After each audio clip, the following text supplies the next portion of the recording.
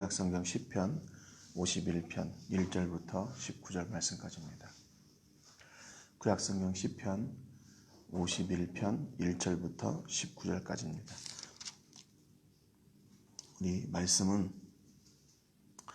3절까지 이렇게 읽도록 하겠습니다. 3절까지 읽고 시작하겠습니다. 같이 읽겠습니다. 시작. 하나님이여, 주의 인자를 따라 내게 은혜를 베푸시며 주의 많은 긍휼을 따라 내 죄악을 지워주소서. 나의 죄악을 맑게 씻으시며 나의 죄를 깨끗이 제하소서. 무릇 나는 내 죄가를 나오니 내 죄가 항상 내 앞에 있나이다. 아멘. 우리가 요즘 이 시대는 어떤 시대인가? 눈에 보이는 것만 인정하고 또 눈에 보이는 것을 믿는 시대인 것 같습니다. 그런데 이런 시대에서 신앙생활을 한다는 것은 반대로 눈에 보이는 것보다는 눈에 보이지 않는 것을 따르고 또 눈에 보이지 않는 가치를 바라는 것이 바로 신앙생활이죠. 그래서 여러분 잘 아시는 그 헬렌 켈러 여사가 이런 말을 했습니다. 세상에서 가장 아름답고 소중한 것은 보이거나 만져지지 않는다. 단지 가슴으로 느낄 뿐이다. 이런 얘기를 했어요. 세상은 요즘 들어 더 그런 것 같아요. 진짜 같지만 진짜가 아닌 거짓 뉴스로 가득 차 있고 또 그 거짓말을 진리인 양 믿고 또 그 도를 넘어서 숭배하는 그런 사람들까지도 있는 것 같습니다. 그래서 그 사람들은 눈에 보이는 것은 물론이고 눈에 보이지 않는 것도 모두 부정하는 그런 사람들이죠. 그래서 그들은 어떤 그 팩트를 믿는 것이 아니라 그냥 자기들이 믿고 싶은 것을 믿고 또 자기들이 믿고 싶은 대로 믿는 그런 기준이 없는 그런 사람들이 참 많이 있는 것 같습니다. 그런데 사탄은 이런 시대에 정말로 좋은 무기를 가진 것 같아요. 이렇게 거짓 뉴스, 거짓 이야기들, 이런 소식들을 각 미디어들이나 SNS 이런 것들을 통해 가지고 교묘하게 이용하죠. 이단들의 전략도 역시 마찬가지입니다. 거짓을 진짜처럼 이렇게 포장을 해가지고 사람들을 믿게 하고 심지어는 세뇌시키기까지 하죠. 그래서 요즘 한국에도 코로나19 때문에 신천지의 정체들이 막 드러나고 있는데 그런 악한 것들의 정체가 바로 그것입니다. 지난주에도 우리 유학생들하고 잠깐 얘기를 했는데 학교에도 그런 포교소가 있어가지고 애들을 포섭해가서 결국에는 학교도 다 포기하게 만들고 가정을 포기하게 만드는 그런 일들을 지금 벌이고 있다고 합니다. 그러니까 거기에 빠져드는 이유가 뭘까요? 눈에 보이는 그 현상을 통해서 눈에 보이지 않는 것들까지도 모두 다 부정하게 되고 거기만 옳다고 생각하니까 모든 사람들을 다 그렇게 세뇌시키고 거기에 이렇게 빠져들게 하는 것이죠. 왜 이런 이야기를 말씀을 드리냐면 오늘 읽었던 이 본문, 이 시의 부제는 뭐라고 되어 있냐면 다윗의 시, 인도자가 따라 부르는 노래. 다윗이 바세바와 동침한 후 선지자 나단이 그에게 왔을 때 이게 지은 시입니다. 다윗은 감추고 싶은 비밀이 있었어요. 눈에 보이지 않는 것이죠. 눈에 보이는 것은 바세바를 아내로 맞이했다는 것인데 그 과정에 있어서 그것을 감추고 싶었을 겁니다. 왜냐하면 그 바세바는 자기가 그렇게 아끼는 충성된 부하 우리아의 아내였기 때문이고 또 그 바세바를 얻기 위해서 우리아를 죽게까지 하는 그런 죄를 서슴지 않고 범했기 때문입니다. 그래서 모든 일들이 다 이렇게 감추어지고 잘 되어가는 줄 알았어요. 그런데 하나님께서 그를 가만히 두실 리가 없지요. 선지자 나단을 보내셔가지고 그의 죄를 드러내십니다. 여러분, 이렇게 위대한 임금이었던 다윗이 어떻게 이런 죄를 지을 수 있었을까요? 그리고 왜 이 죄 가운데로 계속 서슴없이 빠져들어갔을까요? 성경은 다윗이 하나님과 멀어졌기 때문에 그랬다 이렇게 추측을 저희에게 할 수 있는 그런 단서를 줍니다. 사무엘하 11장 2절에 보면 저녁 때에 다윗이 그의 침상에서 일어나 왕궁 옥상에서 거닐다가 그곳에서 보니 한 여인이 목욕을 하는데 심히 아름다워 보이는지라 그랬습니다. 그러니까 다윗이 밧세바를 목격한 그 처음 장면을 지금 이야기하고 있거든요.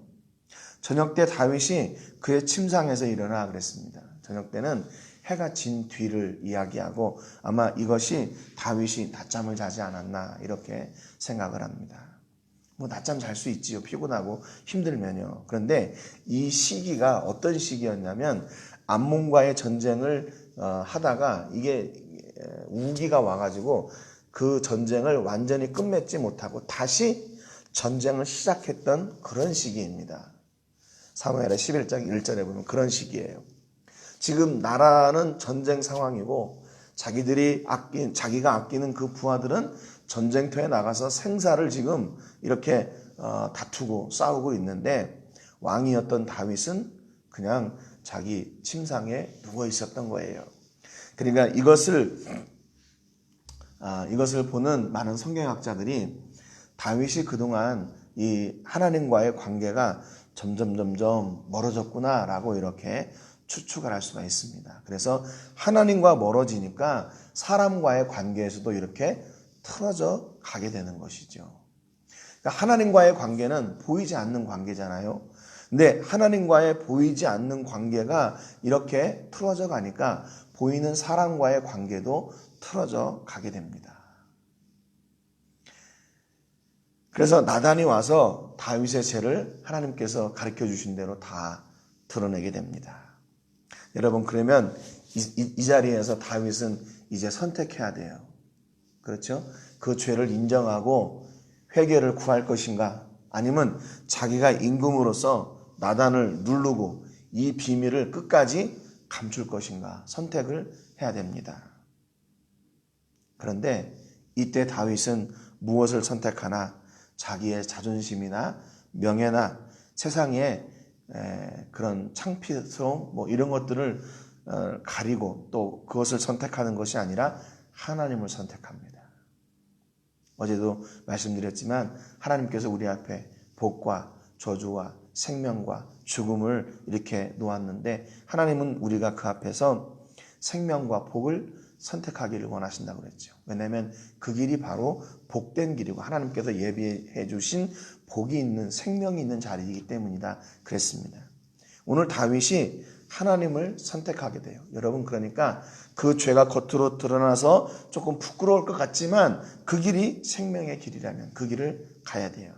그래서 시편 51편 1절부터 19절까지 보면 다윗의 회개의 기도, 그리고 또 자기가 간구의 기도, 그리고 결단의 기도, 뭐 다 이렇게 같은 것 같은데 조금 성향이 다릅니다. 본문 1절에 보니까 내 죄악을 지켜주소서 그랬습니다. 지워주소서 그랬습니다. 내 죄악을 지워주소서.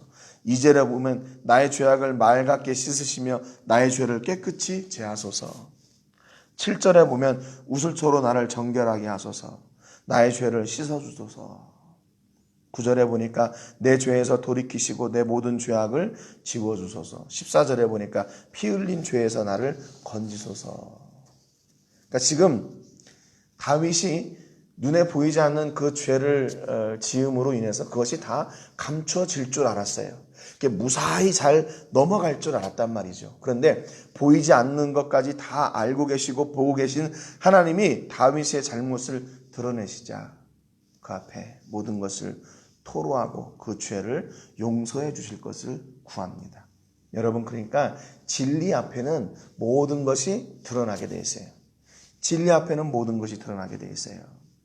거짓은 무엇으로 밝혀냅니까? 거짓은 진리에 비추어 볼 때 거짓이 드러나게 되고, 어둠은 빛을 그 가운데 비추게 되면 어두움이 물러가게 돼요. 죄는 무엇으로 드러냅니까? 선으로 드러내는 거죠. 우리가 하나님 앞에 설 때, 하나님을 선택할 때 우리의 모든 죄가 드러나고 그 죄에 대한 해결책 또한 그 안에 있어요. 그래서 다윗은 자기의 죄를 용서해 줄 것만 기도한 것이 아니라 이제는 그 죄가 자기 자리에 진리로 그 죄가 가득했던 자리에 진리로 채워주시기를 구하고 있어요. 내가 회개했다면 이제 그 죄가 떠난 그 자리에 하나님이 와주세요. 하나님의 진리가 그 안에 가득 차게 해주세요. 간구합니다. 6절에 보니까 보소서 주께서는 중심이 진실함을 원하시오니 내게 지혜를 은밀히 가르치시리라 그랬습니다. 하나님, 이제는 내가 내 생각과 내 정욕을 따라 살지 않고 지혜를 따라 살 수 있도록 내 안에 지혜를 채워주세요. 그렇게 간구했어요. 10절에 보니까 하나님이여 내 속에 정한 마음을 창조하시고 내 안에 정직한 영을 새롭게 하소서 그랬습니다. 이게 다시는 거짓의 영을 따르지 않고 다시는 헛된 마음을 담지 않고 이제는 내 안에 정한 마음과 정직한 영, 성령의 은혜를 내가 가득 담기를 원합니다. 그랬어요. 11절에 보니까 주의 성령을 내게서 거두지 마소서 그랬어요. 12절에 보니까 주의 구원의 즐거움을 내게 회복시켜 주시고 자원하는 심령을 주사 그랬습니다. 이제는 내가 죄로 가득했던 그 자리에 하나님의 은혜와 하나님의 말씀과 하나님을 향한 기도로 이렇게 채우겠습니다. 그 말이에요. 13절에 보니까 그리하면 내가 범죄자에게 주의 도를 가르치리니 죄인들이 죽게 돌아오리이다 그랬습니다. 이제 다윗이 자기의 이 죄를 경험 삼아서 이제는 그 일들을 주의 법도를 가르치겠다고 결단해요. 내가 이제는 가르치겠습니다. 그래서 사람들이 죄인들이 그걸 듣고 주께로 돌아올 수 있도록 내가 하겠습니다. 15절에 보니까 주여 내 입술을 열어주셔서 내 입이 주를 찬송하며 전파하리이다. 뿐만 아니라 이제는 내가 하나님을 찬송하고 하나님을 예배하는 그 자리에 내가 서겠습니다. 17절에 하나님께서 구하시는 제사는 상한 심령이라 그랬어요. 내가 이제 진정한 제사를 하나님께 드리겠습니다. 19절에 그때 주께서 의로운 제사와 번제와 온전한 번제를 기뻐하시리니 그랬어요. 그러니까 이제 다윗은 뭐냐면요, 내가 죄를 용서받았잖아요. 그러면 내 죄가 있던 자리를 무엇으로 채울 것인가? 그걸 그대로 비워두면 내가 또 거기로 돌아갈 거니까 이제 그곳에 하나님을 채우고 이제 하나님으로 채워진 그 마음, 그 중심을 가지고 하나님 앞에 나가 제사하고 말씀도 가르치고 하나님을 기뻐하고 하나님을 찬양하는 그 현장에 서겠습니다. 그렇게 고백하는 거예요. 여러분, 이것이 우리가 바로 하나님의 말씀을 우리 삶 가운데, 내 마음 가운데 채워야 되는 이유예요. 이 말씀이 채워질 때에 죄는 멀리하고 내가 하나님을 기뻐하는 자리에 설 수 있게 되는 겁니다. 여러분, 그러니까 하나님께서 우리에게 원하시는 신앙생활은 간구의 기도까지가 아니에요. 하나님이 내가 채워주세요. 말씀을 채워주세요. 거기까지가 아니라 이제 내가 그 말씀을 채워서 나가는 현장, 그 현장까지 서기를 원하신다는 겁니다.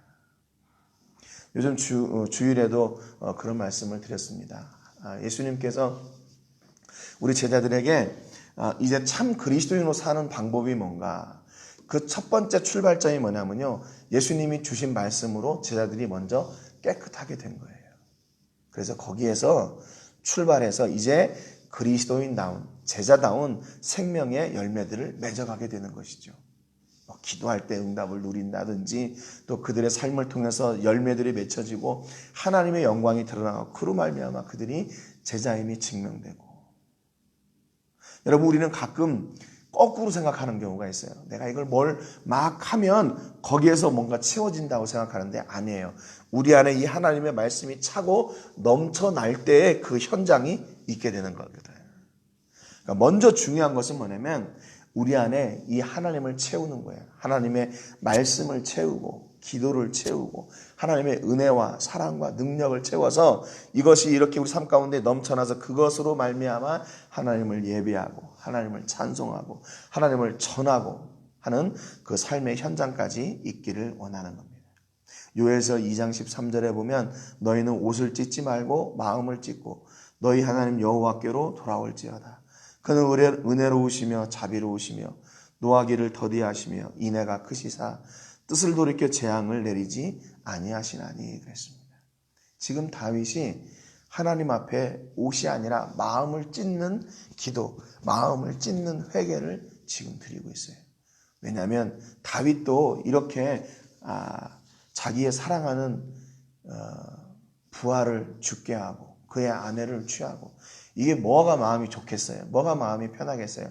얼마나 불안해하면서 살았겠어요? 그런데 하나님이 그것을 다 알고 계시고 드러내시자, 역시 이것을 해결해 주실 분은 하나님밖에 없구나. 그리고 모든 것을 다 그 앞에 꺼내놓고 다시 시작하기로 작정하는 겁니다. 여러분, 오늘 우리 삶 가운데서도요, 이런 은혜들이 있기를 주님의 이름으로 축복합니다. 하나님은 우리의 죄를 막 끄집어내시고 우리를 아프게 하고 우리를 상하게 하고 우리를 넘어지게 하고 더 이상 일어나지 못하도록 하게 하시는 분이 아니에요. 우리의 죄를 드러내실 때에는 그것을 용서하시고 싸매시고 다시 건강하게 하시려고 우리의 죄를 꺼내놓으신 거예요. 때로는 우리를 실패하게 하시고 우리를 낙심하게 하시고 우리가 잘못된 선택으로 인해서 그 결과를 우리가 당하게 될 때에도 하나님은 그걸 통해서 하나님의 참 뜻을 알려주시고 그곳에서 다시 돌이켜 하나님께로 돌아오기를 원하시는 겁니다. 결국 하나님께서 우리가 서기를 원하시는 자리는 어디인가? 기도와 말씀과 능력과 예배와 찬송과 하나님을 영화롭게 하는 바로 그 자리인 것이죠. 여러분, 오늘 우리 모든 식구들의 삶 가운데서도 다윗과 같이 하나님 앞에 바로 서서 언제나 하나님을 선택하고 하나님으로 삶을 채우고 하나님을 사는, 그리고 하나님과 동행하는 삶의 현장이 넘치시기를 주님의 이름으로 축복합니다. 오늘 기도하실 때는 언제나 하나님만 신뢰하고 하나님과 가까이 하는 삶을 살게 해주시기를 위해서 우리 모든 삶이 온전히 하나님과 예수님과 성령님과 말씀으로만 채워지게 해주시기를 위해서 기도하시고요. 또 지금 세계적으로 코로나19가 계속 기승을 부리고 있는데 특별히 한국을 위해서 기도해 주시기 바랍니다. 전 세계의 이런 피해 가운데 우리 교회들이 해야 될 일이 무엇인지, 우리 믿는 사람들이 어떤 모습을 보여줘야 될 것인지를 고민하고 또 우리의 삶을 통해서도 오히려 하나님의 영광이 드러나는 시기가 될 수 있도록 위해서 기도해 주시기 바랍니다. 제가 먼저 기도하고 같이 기도하겠습니다. 하나님 아버지, 감사드립니다. 오늘 말씀을 통해서 다윗이 그가 가지고 있던 감추고 싶은 치부를 드러내고 하나님 앞에 용서를 구하는, 그리고 그 죄가 자리 잡고 있던 자리에 하나님을 채우고 또 그의 삶 가운데서 하나님을 사는, 하나님과 동행하는 그런 삶을 살기로 결단하는 기도를 저희가 같이 나누었습니다. 하나님, 우리도 역시 다윗과 마찬가지로 감추고 싶은 것들이 있습니다. 그러나 그것이 드러내지고 또 우리가 실패하고 낙심하고 잘못된 선택으로 인해 우리가 당해야 되는 고난 가운데 있을 때가 있습니다.